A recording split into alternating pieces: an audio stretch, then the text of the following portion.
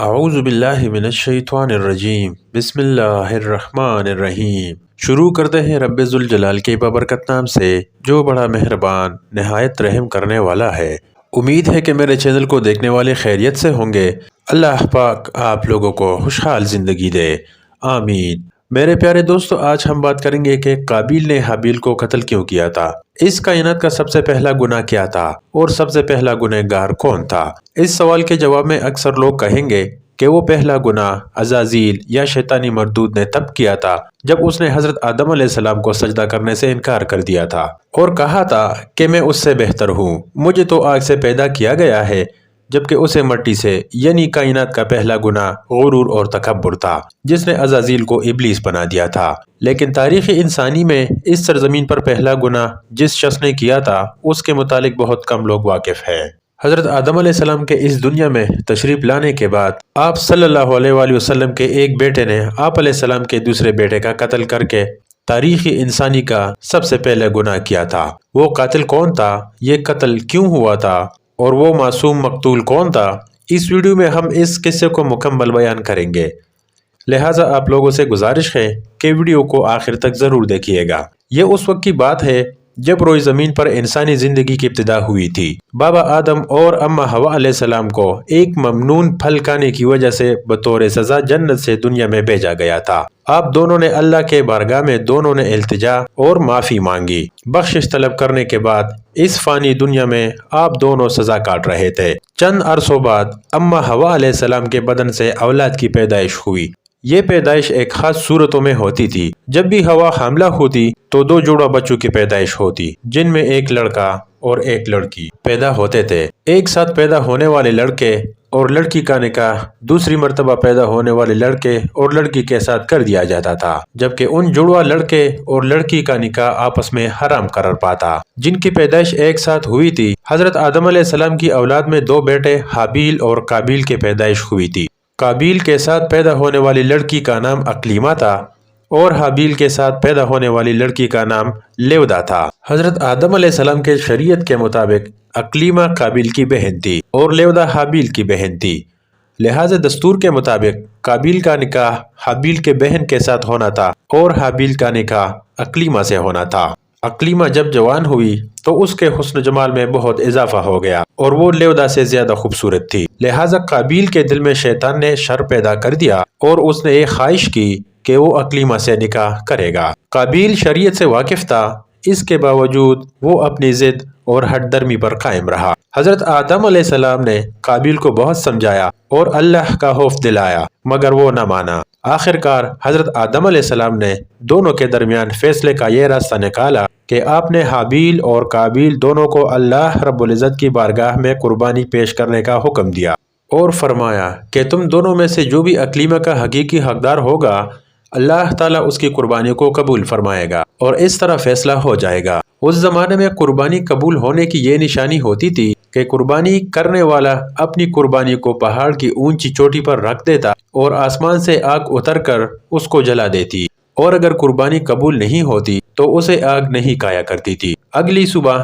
حابیل اپنے بہترین مویشیوں کو ساتھ لایا اور ان میں سے سب سے اعلیٰ قسم کی بھیڑ کو قربانی کے لیے پیش کیا۔ قابیل چونکہ کھیتی باڑی کیا کرتا تھا، لہٰذا اس نے کچھ اناج اٹھا لایا جو کہ سب سے گھٹیا قسم کی تھی۔ قابیل نے سوچا کہ اگر اس کی قربانی قبول ہو گئی تو ویسے بھی اس اناج کو جل جانا ہے، تو اچھی فصل کو برباد کرنے کا پھر کیا فائدہ ہے، لہٰذا وہ ردی اور ناقص قسم کے اناج لے کر آیا، جبکہ حابیل ایک نیک سیرت اور اللہ سے ڈرنے والا شخص تھا، چنانچہ اس نے نیک نیتی کے ساتھ خالص اللہ کے رضا کے لیے اپنی بہترین مویشی کو پیش کیا۔ دونوں بھائیوں نے اپنی اپنی قربانی ایک پہاڑ پر لے جا کر رکھ دی۔ اچانک آسمان سے ایک آگ نازل ہوئی اور اس آگ نے حابیل کی قربانی کو جلا ڈالا اور قابیل کا اناج ویسے ہی پڑا رہ گیا۔ یوں فیصلہ ہو گیا کہ خدا حابیل کے قربانی سے راضی اور قابیل سے ناخوش ہے۔ یہ دیکھ کر قابیل غصے میں آ گیا اور وہ انتقام کی آگ میں جلنے لگا۔ اس نے سب کے سامنے یہ اعلان کر دیا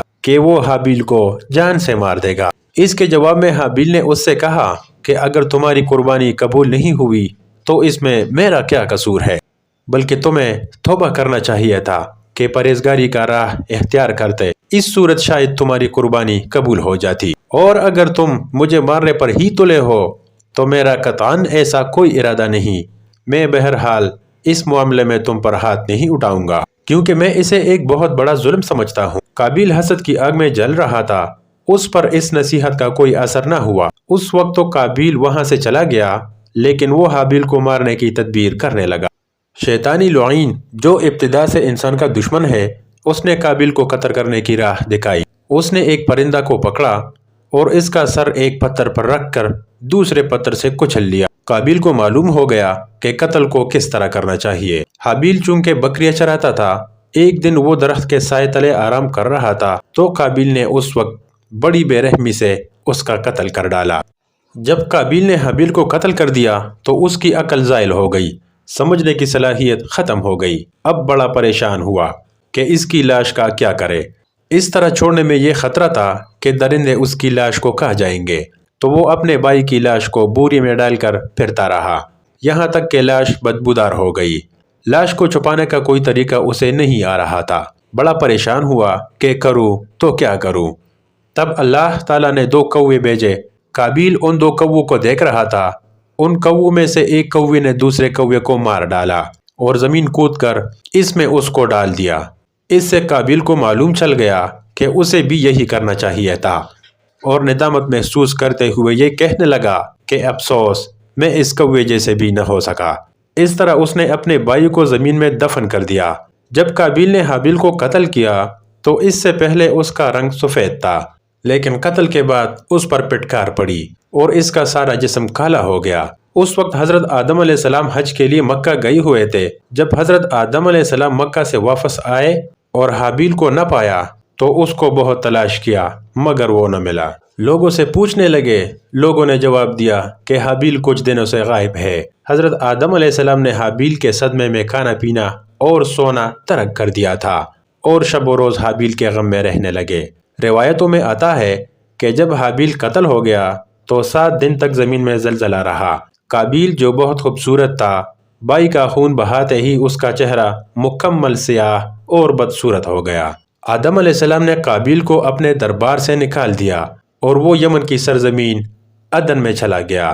وہاں ابلیس اس کے پاس آ کر کہنے لگا کہ حابیل کے قربانی کو آگ نے اس لیے کھا لیا تھا کہ وہ آگ کی پوجا کرتا تھا، لہٰذا تو بھی آگ کی پرستش کر۔ چنانچہ قابیل پہلا شخص تھا جس نے آگ کی پرستش کی، اور زمین پر یہ پہلا شخص ہے جس نے اللہ کی نافرمانی کی اور زمین پر خون ناحق کیا۔ تورات کے بعد پیدائش میں بھی قابیل اور حابیل کا مکمل واقعہ ملتا ہے، جنہیں کین اور ایبل کے نام سے ذکر کیا گیا ہے۔ توریت مقدس کے بعد پیدائش میں اس واقعہ کا ذکر اس طرح آیا ہے: چند روز کے بعد یوں ہوا کہ کین اپنے قید کے پل کا ہدیہ خداوند کے واسطے لایا، اور حابیل بھی اپنے بھیڑ بکریوں کے کچھ پہلوٹے بچوں کا ہدیہ لایا، اور خداوند نے حابیل اور اس کے ہدیے کو منظور کیا، پر کین اور اس کے ہدیے کو منظور نہ کیا۔ اس لیے کین نہایت ہی غضبناک ہوا اور اس کا منہ بگڑ گیا، اور کین نے اپنے بھائی ایبل کو کچھ کہا، اور جب وہ دونوں قید میں تھے تو یوں ہوا کہ کین نے اپنے بھائی حابیل پر حملہ کیا اور اسے قتل کر ڈالا۔ خداوند نے کہا، اب تو زمین کی طرف سے لعنتی ہوا۔ تب کین نے خداوند سے کہا کہ میری سزا برداشت سے باہر ہے، دیکھ آج تو نے مجھے روئے زمین سے نکال دیا ہے، اور میں تیرے حضور سے روپوش ہو جاؤں گا اور زمین پر خانہ خراب اور آوارہ رہوں گا، اور ایسا ہوں گا جو کوئی بھی مجھے پائے گا قتل کر ڈالے گا۔ سو کین خداوند کے حضور سے نکل گیا اور عدن کی مشرق کی طرف نوت کے علاقے میں جا بسا۔ قابیل کا انجام یہ ہوا کہ اس کے ایک لڑکے نے جو کہ اندھا تھا اس کو پتھر مار کر قتل کر دیا، اور یہ بدبخت آگ کی پوجا کرتے ہوئے شرک کی حالت میں اپنے ہی لڑکے کے ہاتھ مارا گیا۔ حدیث میں آتا ہے کہ نبی کریم صلی اللہ علیہ وآلہ وسلم نے فرمایا کہ زمین پر قیامت تک جو بھی خونی ناحق ہوگا اس کے عذاب کا ایک حصہ بوجھ اور گناہ قابیل پر بھی ہوتا ہے، کیونکہ اس نے سب سے پہلے قتل کا طریقہ ایجاد کیا تھا۔